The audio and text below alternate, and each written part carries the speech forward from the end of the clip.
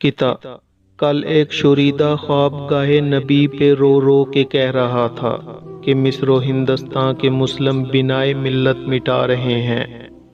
یہ زائران حریم مغرب ہزار رہبر بنے ہمارے، ہمیں بھلا ان سے واسطہ کیا جو تو اس سے نہ آشنا رہے ہیں۔